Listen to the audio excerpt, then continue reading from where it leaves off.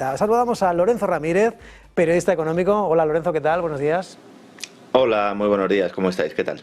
Bueno, la Casa Blanca que negocia con Putin, a pesar de que, bueno, los que están poniendo la cara son Steve Witkoff, que va a viajar la semana que viene a Moscú, Dan Driscoll con la delegación ucraniana y, en principio, parece que Donald Trump lo ha dicho a bordo del Air Force One, que, hombre, no lo quiere decir a las bravas, pero, bueno, que tendría que reflexionar, ¿no? Ucrania, ¿no? Con esa concesión de territorios, porque, oye, que es que todos los días 50.000, 60.000 bajas, pues es para hacérselo pensar. ¿Cómo lo ves?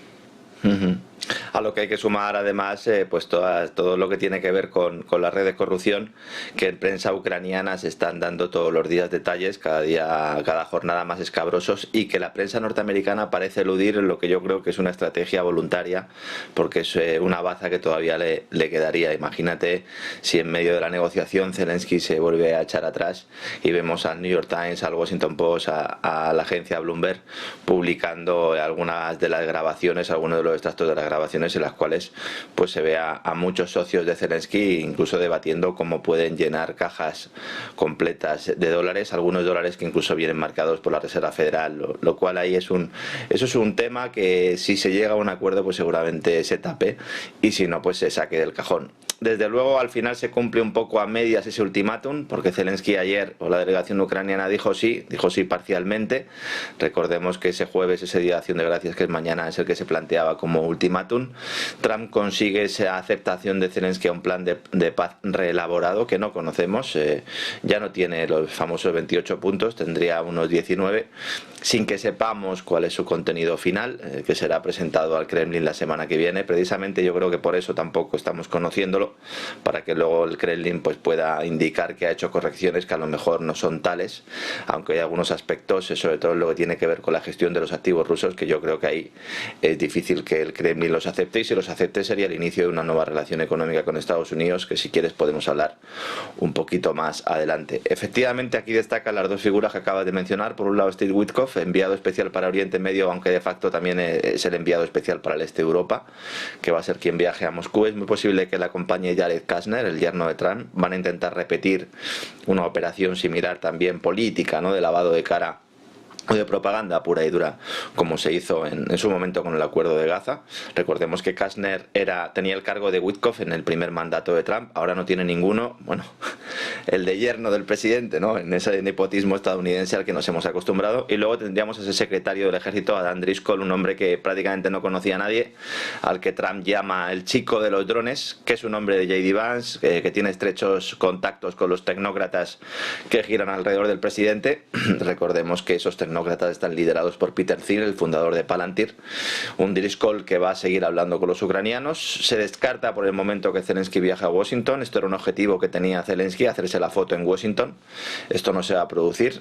Tampoco se va a realizar esa cumbre con Putin hasta que todo esté acordado y cerrado.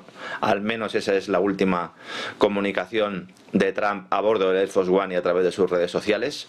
Yo creo que Trump también aquí se cubre un poco, porque no es la primera vez que se enquistan acuerdos de este tipo, sobre todo por la negativa de Zelensky a aceptar la derrota y el inmovilismo también de Rusia respecto a lo acordado con Estados Unidos en la cumbre de Alaska, que en realidad es el germen de los 28 puntos. El plan de 28 puntos se gesta en Alaska, se firma en Alaska por Trump y Putin, y de ahí que se produzca ese inmovilismo. Sobre la mesa está también la cuestión de la amnistía a los líderes de la red de corrupción ucraniana, algo que no se incluye en estos puntos, pero que es un acuerdo soterrado. Es la gran promesa de Donald Trump al régimen de Zelensky. Hay que decir que la propia inteligencia de Estados Unidos sitúa a Zelensky en esta trama, pero no por haberlo investigado, sino porque es que ellos mismos la han promovido. Es decir, la maquinaria de la corrupción ucraniana está promovida desde Langley, con el conocimiento del Pentágono y de la Reserva Federal y del Tesoro, con la intención, insisto, de luego utilizarlo a modo de chantaje. Esta es la gran cloaca de la que nadie quiere hablar, pero que no solo afecta a Zelensky, sino también a Estados Unidos y en buena medida también a una Europa que, como ya sabemos, pues se queda fuera de todo ello. Las mordidas amparadas en la ayuda para infraestructuras y el gasto militar son evidentes. La cadena ABC fue quien dijo ayer, o quien adelantó, que el presidente ucraniano por primera vez parece dispuesto a aceptar estas órdenes de Washington. con otra cuestión sobre la mesa de la que nadie habla, ¿no? Bueno, no es que seamos algunos muy listos, es que parece que hay alguien o hay mucha gente que no quiere hablar de ello. Se está negociando también la posibilidad de que Zelensky pueda solicitar asilo en Estados Unidos o en algún país del entorno OTAN para evitar que las facciones de extrema derecha de aquellos que le apoyaron para mantener el pulso con Rusia pues pudieran vengarse de lo que podrían considerar una traición e incluso acabar con su vida. Y esto es una cuestión que también preocupa y mucho a Zelensky, que saben muy bien en Ucrania y que, como digo, aquí en el resto de Occidente pues se elude. También ha influido ese anuncio de Trump de que corta toda ayuda financiera y colaboración de información de inteligencia hasta que se firme ese acuerdo. Es una amenaza que tampoco se cumple porque evidentemente la inteligencia ucraniana no es que tenga información porque se la pase Estados Unidos, es que la inteligencia ucraniana es la inteligencia británica. En realidad la inteligencia ucraniana como tal no existe, y los que participan en todo ese proceso también colaboran con los chicos de Palantir a través del Ministerio de Transformación Digital ucraniano, que está dirigido por Alex Karp, que es el número 2 de Peter Thiel en Palantir, ¿no? Entonces, cuando se le pregunta al presidente norteamericano por la gran cuestión aquí es qué concesiones Rusia está dispuesta a hacer, entonces Trump dice no, es que la mayor concesión que puede hacer el Kremlin es renunciar a seguir controlando territorios, lo cual muestra también pues una evidencia que también se elude por parte de los grandes medios occidentales de la situación real. Esto no es una negociación entre iguales, entre dos contendientes que están alargando una guerra de forma innecesaria. Esto es una negociación entre un vencedor y un derrotado, y el derrotado no negocia por sí mismo, sino negocia a través del padrino que le ha llevado a esa ratonera. Y para dejarlo patente, pues por eso el ejército ruso se ha puesto a atacar numerosos objetivos en Kiev en las últimas horas para intentar acelerar y meter presión. Entonces, la gran incógnita por resolver, y que vamos a tardar unos días por resolver, hasta la semana que viene seguramente no tengamos muchos más detalles, es qué va a hacer Rusia, aunque en esta ocasión pues sí parece que la parte ucraniana tiene más disposición, sobre todo tras esa presión que comentamos del gobierno norteamericano. Y veremos la posibilidad de éxito que tiene este acercamiento. Aquí la clave es que Rusia no tiene ninguna prisa, y quien tendría más prisa sería Ucrania y sobre todo Estados Unidos, que como dijimos ya el lunes y la semana pasada, quiere ya pasar página y centrarse en otras cuestiones, sobre todo en Hispanoamérica, en el control de Hispanoamérica y otra vez del polvorín taiwanés, ahora que la primera ministra japonesa dice que quiere tener armamento nuclear. Ya lo que nos faltaba, ¿verdad? Japón con bombas nucleares, como si no hubiera aprendido del pasado. De forma muy tibia ante el Parlamento japonés, asegurando que bueno, que no pretendía dejar dudas sobre la postura de Japón sobre Taiwán. Lorenzo, has hablado antes del ámbito económico, del ámbito comercial. Es un aspecto que no está demasiado detallado, al menos no ha llegado, ¿no?, de esa filtración de los 28 puntos de Trump, más allá de que se van a prohibir, se eliminarían gradualmente las sanciones a Rusia, pero bueno, pues lo que son las cosas, ¿no? Trump, que ha aprovechado para colocar su gas y su crudo a Europa, no sé si puede cambiar a partir de ahora la relación económica entre Rusia y Estados Unidos con este plan de paz.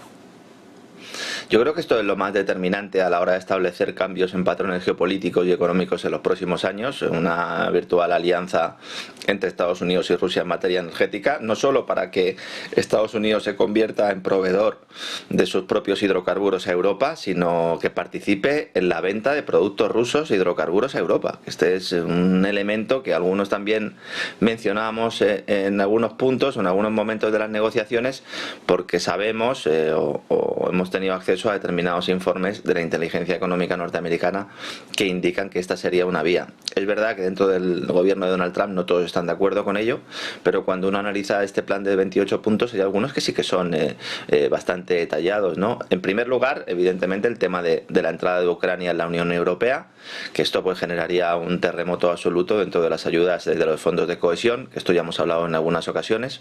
También una serie de ayudas o de dinero que llegaría a través de un fondo de desarrollo para Ucrania, para utilizarlo sobre todo en tecnología, centros de datos e inteligencia artificial. Lo especifica el acuerdo, con lo cual aquí tendríamos, ¿verdad?, también esa consecuencia de lo que te comentaba antes, de esa toma del Ministerio de Transformación Digital ucraniano por parte de Palantir, por parte de los chicos de J.D. Vance y de Peter Thiel, que están utilizando desde hace mucho tiempo. La revista Time daba todo lujo de detalles hace ya un par de años. Están utilizando toda la potencia bélica para probar sus sistemas en tiempo real, utilizando cobayas humanas. ucranianas, es decir, personas que son los que están muriendo en esa guerra. Luego Estados Unidos cooperaría con Ucrania para modernizar conjuntamente su infraestructura de gas natural. ¿Para qué? Fundamentalmente para utilizarla como medida sobre todo de almacenamiento, es decir, buena parte del gas natural licuado que pudiera llegar de Estados Unidos se almacenaría en Ucrania, en la parte de Ucrania del Este, y luego habría una serie de gasoductos e instalaciones de almacenamiento que está por ver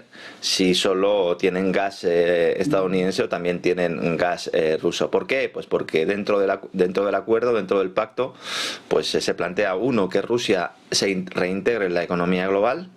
Es decir, irían progresivamente desapareciendo las sanciones. Se indica que se discutirá cada una de forma individual, con lo cual por etapas no va a ser una cosa de hoy para mañana, pero se favorecería eso, lo cual permitiría que entidades financieras rusas y entidades energéticas rusas pudieran hacer negocios con Estados Unidos, que es en lo que están desde hace mucho tiempo, sobre todo en las plataformas de extracción del Ártico.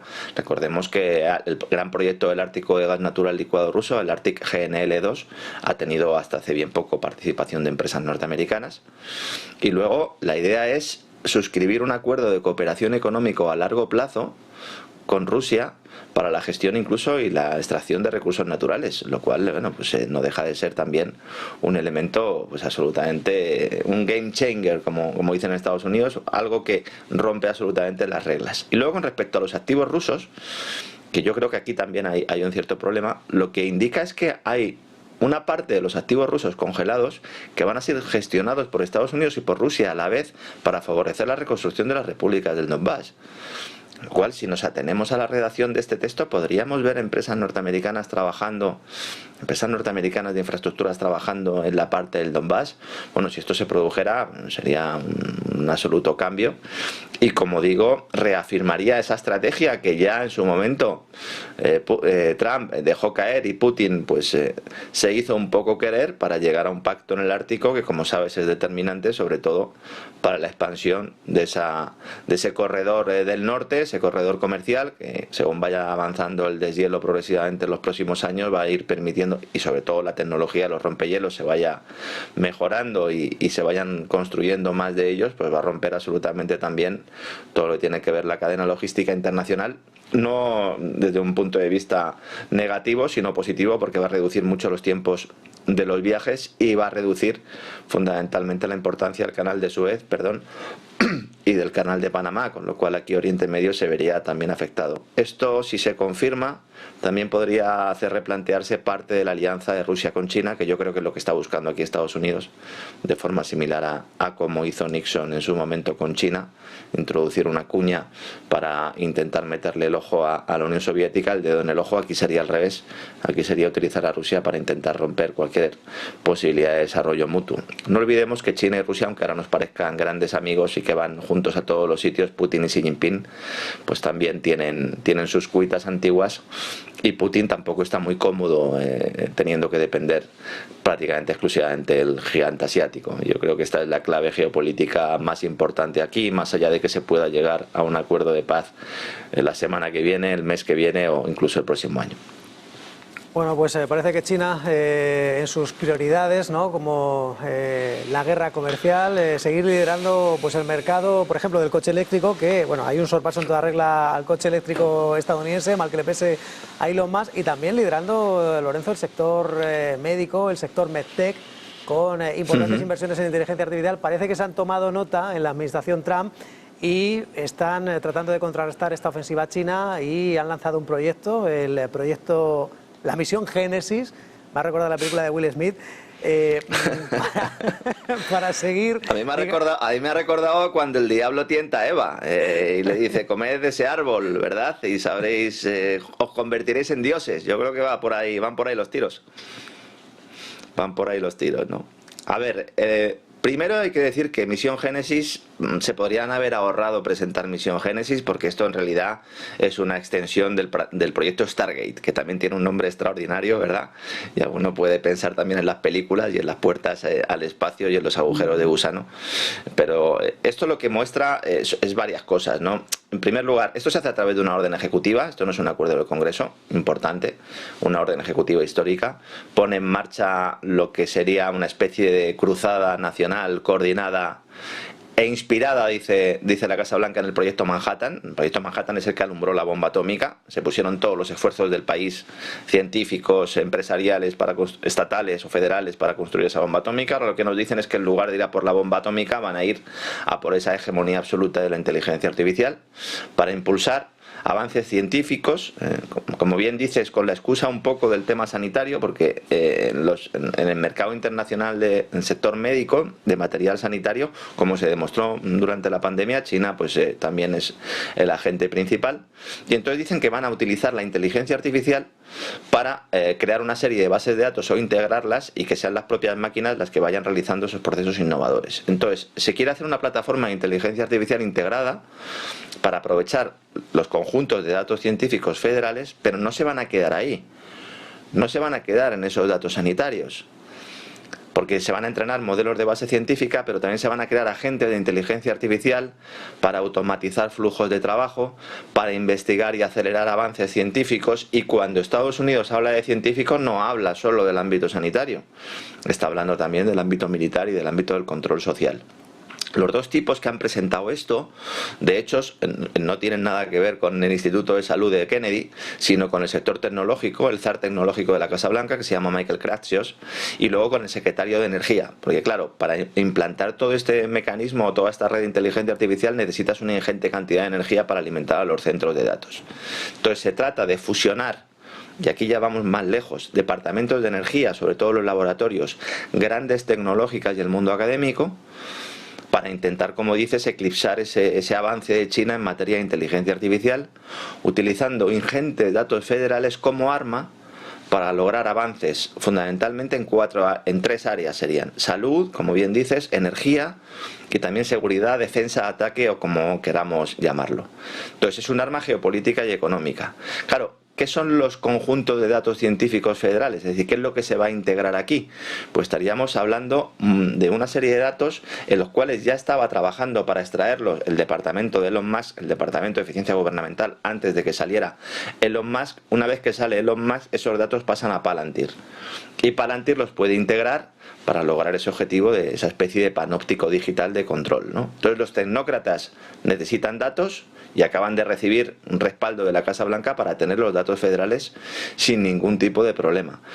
El sistema estadounidense de laboratorios nacionales está organizado bajo el Departamento de Energía, con lo cual también se pueden asegurar el dominio energético. Y aquí la clave está en quién va a controlar esto. ¿Es el gobierno, es el Congreso de Estados Unidos, al final los ciudadanos de Estados Unidos, los que van a controlar el uso de estos datos? ¿O van a ser estas corporaciones tecnológicas integradas en el mismo gobierno? Porque, como he repetido ya muchas veces, J.D. Vance es un hombre puesto por Peter Thiel, por Palantir. Van a ser ellos los que van a controlar todo este régimen, todo este flujo de datos. Claro, algunos están diciendo, esto es lo de siempre, ¿no? Los de izquierdas dicen que la culpa es de la empresa, los de derecha dicen que la culpa es del Estado, y al final, entre unos y otros, entre todos la mataron y ella sola se murió. Claro, ¿esto supone nacionalizar la industria? Bueno, yo creo que no. Entonces, ¿cuál es la cuestión aquí de la propiedad de las licencias, la protección de los secretos comerciales y de la comercialización de la propiedad intelectual? Porque este es el corazón del asunto. Entonces, al final vemos cómo los socios privados obtienen todos los beneficios del apoyo público, vía regulación y vía dinero público. Evidentemente, los contribuyentes pagan la factura, pero los que se benefician son estos grandes gigantes. Entonces, a mí me gustaría destacar, y sobre todo aquí que estamos en un canal que defiende la libertad de mercado, que esto no tiene nada que ver con la libertad de mercado, todo lo contrario. Esto es una manera en la que determinadas empresas que tienen problemas de rentabilidad, porque todavía no ha llegado ese punto en el cual son rentables, van a obtener ingentes fondos e ingente apoyo público para poder desarrollar su actividad. Y aquí están todas, no solo OpenAI, también está Anthropic, también está X de Elon Musk, también estaría incluso Google, Amazon, etcétera, etcétera. Entonces, el proyecto Stargate, este que vimos con Larry Ellison de Oracle y OpenAI de Sam Altman al frente, es solo el comienzo de una tendencia, de una estrategia que, utilizando pues la excusa de proteger industrias estratégicas y de proteger también la seguridad nacional, pues va a ir dando poco a poco más esferas de poder a unos señores que no son demócratas, que nunca han querido ser demócratas tecnológicas y cuyo sueño realmente es tener un sistema como el de China, un sistema tecnocrático en el cual además no haya una competencia en las partes más bajas del proceso productivo, que en China sí tienen, sobre todo en el ámbito tecnológico, porque saben que esa es la forma en la que la innovación sale adelante, y Estados Unidos tiene estructuras verticales que además van a depender fundamentalmente del apoyo público. Yo creo que a la larga esto es un error, aunque a corto plazo puedan conseguir algún beneficio o algún rédito en forma pues de control de una inteligencia artificial que, como vemos, es bueno, pues el gran objetivo, y una vez más una Europa que aunque anuncie proyectos multimillonarios, pues queda fuera completamente de la jugada, ¿no?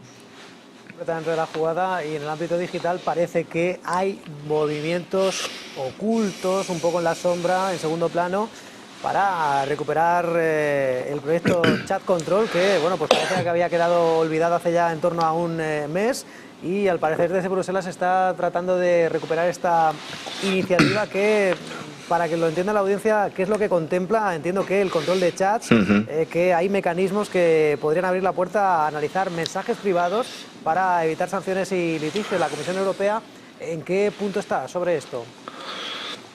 Bueno, esto también revela algo que algunos venimos denunciando hace mucho tiempo. En el seno de la Comisión Europea, sobre todo Ursula von der Leyen está muy obsesionada, bueno, tiene varios temas, ¿no?, de obsesión, y uno de ellos se me lo marcó como objetivo y no va a poder hacerlo antes de irse, es establecer un mecanismo para sacar adelante las reformas en la Unión Europea sin que haya unanimidad, para que no haya determinados países que puedan establecer vetos. El caso de Hungría es el más evidente, pero ahora, por ejemplo, con la adhesión de Ucrania en la Unión Europea, Polonia también se niega. Entonces, con Chat Control lo que sucedió es que se tumbó esta normativa porque hubo estados que no están dispuestos a pasar por el aro. ¿Esto qué es? A ver, en estos momentos la Comisión Europea ha creado un grupo de trabajo cerrado, que trabaja en secreto y cuyas deliberaciones conocemos porque hay algunos eurodiputados que están publicando en redes sociales que esto se está produciendo, un paquete legislativo que impondría el escaneo masivo, no permitir, sino imponer el escaneo masivo de mensajes privados y eliminar el anonimato de las comunicaciones digitales. Esto se denomina, o está dentro del marco de una normativa que se llama Chat Control, pero va mucho más allá de los chats. Entonces, la medida negociada bajo la presidencia danesa de Frederiksen llega después, perdón, estoy con la garganta, llega después de que varios estados miembros rechazaran versiones anteriores de este programa Chat Control, que es un programa enmarcado en esta ofensiva de von der Leyen para establecer un sistema de vigilancia que es profundamente antidemocrático y que apoyan, sobre todo, de los grandes países, los gobiernos de Francia y España. Francia y España son los que están impulsando esto. Esto es una propuesta legislativa que busca obligar, vuelvo a insistir, a las plataformas de mensajería como WhatsApp, Telegram, Signal y las de correo electrónico a escanear automáticamente los mensajes privados de los usuarios antes de que se manden. O sea, no estaríamos hablando de que uno escribe un mensaje, lo manda y entonces la aplicación lo escanea y lo manda a una base de datos o una inteligencia artificial. No, antes de mandarlo. Con lo cual te cargas también cualquier tipo de función del cifrado de extremo a extremo, porque el cifrado de extremo a extremo lo que intenta es eso, codificar los mensajes para que de un lado a otro puedan llegar de forma segura sin que los lea un tercero. La excusa que están buscando es detectar material relacionado con el abuso sexual infantil, que esto a mí pues me enerva especialmente porque manda bemoles que sea precisamente en Bruselas donde se use este argumento, cuando es una región o un país que en materia de redes de explotación sexual de niños se lleva la palma en Europa. Entonces, que sean ellos precisamente los que nos vengan ahora a dar clases al respecto de protección de los niños, cuando los niños no tienen ningún tipo de protección y desde que entran en el colegio hasta que salen, lo único que hacen es ser adoctrinados, y encima con estas redes, como digo, de las que nadie quiere hablar, el gran tema tabú, pues que lo saquen solo a colación en estos casos, me enerva especialmente, ¿no? Entonces, la clave es que monitoriza la actividad previa. Es decir, las aplicaciones leen el mensaje antes de que se envíe. Bien. Esto ha sido rechazado por los países europeos, ha sido rechazado, y ahora pues intenta poner en marcha por la puerta trasera. Esto es una medida que algunos pueden pensar incluso que es irreal, porque es muy distópica, porque es digna de novelas, de películas de ciencia ficción, que nunca podrá implantarse por el rechazo social. Pero lo que poca gente sabe, aunque yo aquí lo he comentado en alguna ocasión, es que Chat Control ya existe y el que se quiera probar es Chat Control 2.0. El 1.0 ya existe, entró en vigor en 2001 Y Chat Control, esta normativa, permite a las plataformas que de forma voluntaria puedan hacer este escaneo.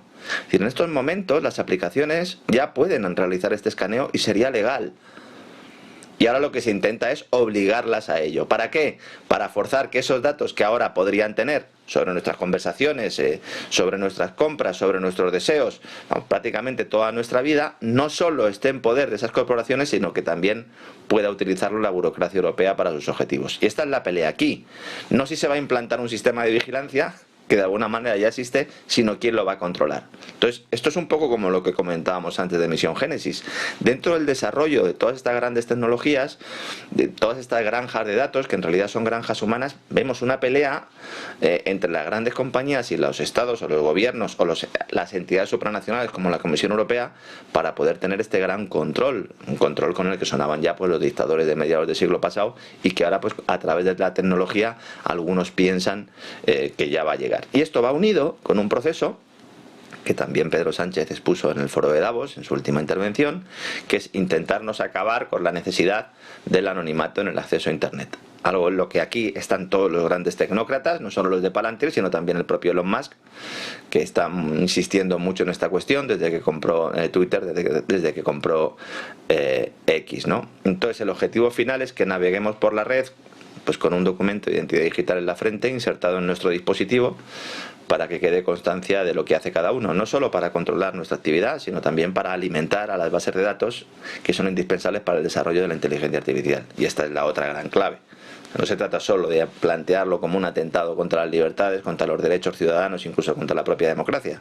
Es que la inteligencia artificial necesita nutrirse de todos esos datos y para eso cuanto más datos tenga, cuanta más concreción tenga sobre quién es la persona que está suministrando esos datos, bueno, pues más efectivo será el sistema de control. Aquí hay un problema, uno humano, porque evidentemente bueno, pues toda esta ingente cantidad de datos, todo este flujo de información, en último término, aunque sean máquinas, tendrá que ser estructurado por humanos y luego pues de dónde vamos a sacar esa energía necesaria para alimentar todos estos centros.